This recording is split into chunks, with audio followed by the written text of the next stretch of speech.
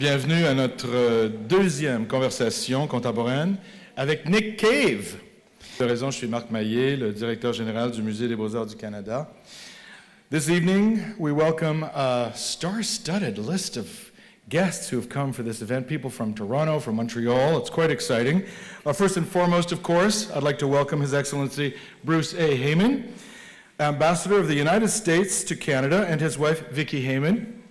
Ellen Sussman, the U.S. Department of State's Director of Art in Embassies. The Honorable Janice G. Johnson, Senator. The Honorable Wayne Easter, Member of Parliament for Malpeque, Prince Edward Island.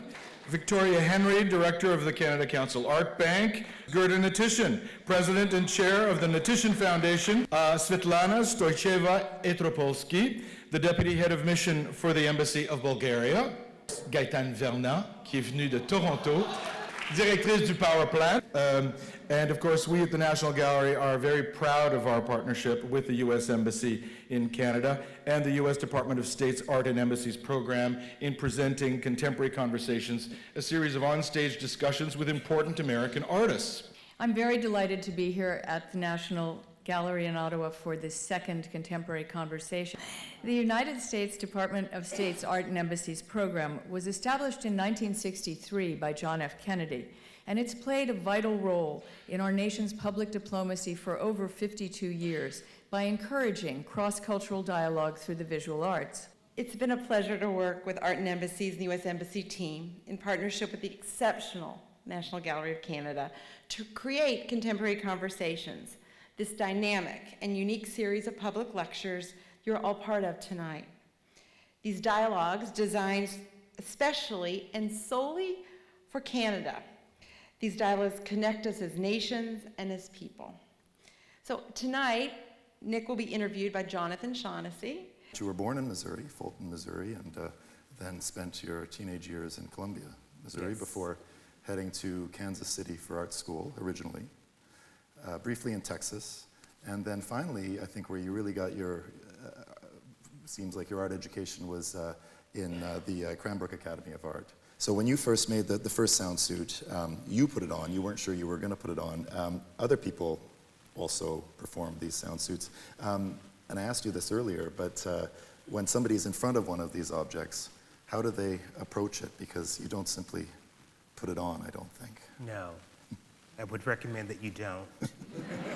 I mean, not in a museum. Right. I just mean if you're working with someone, you've got this and yeah. You know, when I'm working with a group of individuals, it may be dancers or not dancers, I'm more interested in working with people that, what I do first is I do an open call. So like if I was here doing a project, we would do an open call and we will have sort of this audition kind of process. And so, you know, coming from a trained sort of background in terms of dance, great. But I'm more interested in one who's fearless. So you could be a hot mess, but... Mess or mass? Mass, like the M-E-S-S. But if you're fearless, that is like enormous in terms of what I know. I see potential there. So, you know, I have my 15 select performers. I may give each one a suit and I just say, touch it, imagine your body in it, hug it, roll around in it, whatever you need to do, but do not put it on. Because you have to start the process of transforming and sort of surrendering and coming into this other kind of space in order to understand what's going to happen to your body in a matter of a second. Because the moment you put it on, everything is erased. So, and then what I have you do is just set still. It's important to just set still until you start to sort of surrender and then you come into it. And then you know, it's a lot of psychological work that you must do. Otherwise, you're messy, you're sloppy, and I have to pull you out of it to settle you down, and you may get to start over, or I may have to select another person. But it's really, I'm dancing it's a one lot of these of anytime work. soon. What? I said, I don't know if I'm dancing in one anytime soon. It's a lot of work, but the moment that you sort of understand that shift, it's really quite amazing. I was quite fascinated by hearing from you and also reading about this process of the object, putting on the object and using the object, which is a transformative process. I was trying to actually count the different ways you're your artist, sculptor, fashion designer, activist. But you yourself talk about being a messenger. Yeah, that's what I am.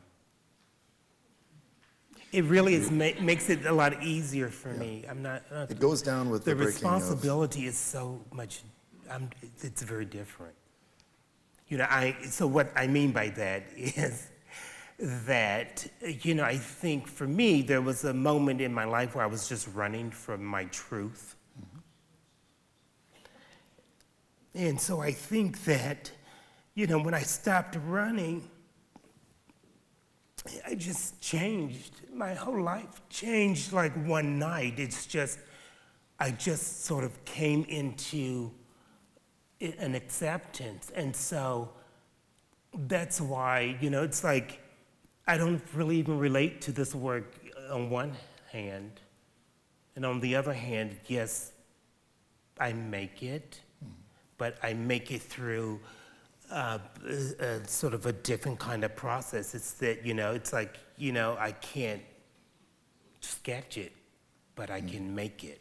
So it's like, you know, I just become this sort of funnel that it sort of, you know, this container that it passes through, and then I send it out into the world. So I'm very like disconnected on one hand from it.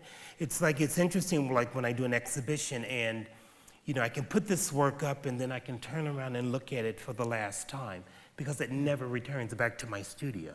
Mm-hmm. You've said that when you go through the country, you're picking and choosing what catches your eyes. Are you also at the same time trying to piece together the sounds to go with it? And also with your video, did you come up with sounds beforehand, or did you have your performance and then thought of sounds that would go with the movements? Well, I worked with a sound artist on this piece from LA, Tim Watts, and so we basically just talked over the phone once we sort of did the editing. And I just said, you know, I want, you know, this type of sound, that type of sound, and so we just had to sort of work it out. But this is really sort of, I mean, there's a video that's titled Gestalt, and it's really just the sound from the actual suits themselves. So I work sort of both ways, and it's a very, very different video, and the sound is like remarkable. So in this case, it was working with the sound artist. Call it, I think, there. Thanks a lot. Thank you, Nick. Thank you, everybody. Go out, continue the conversation, and I just want to say huge, huge thank you for this amazing discussion, and keep the conversation going.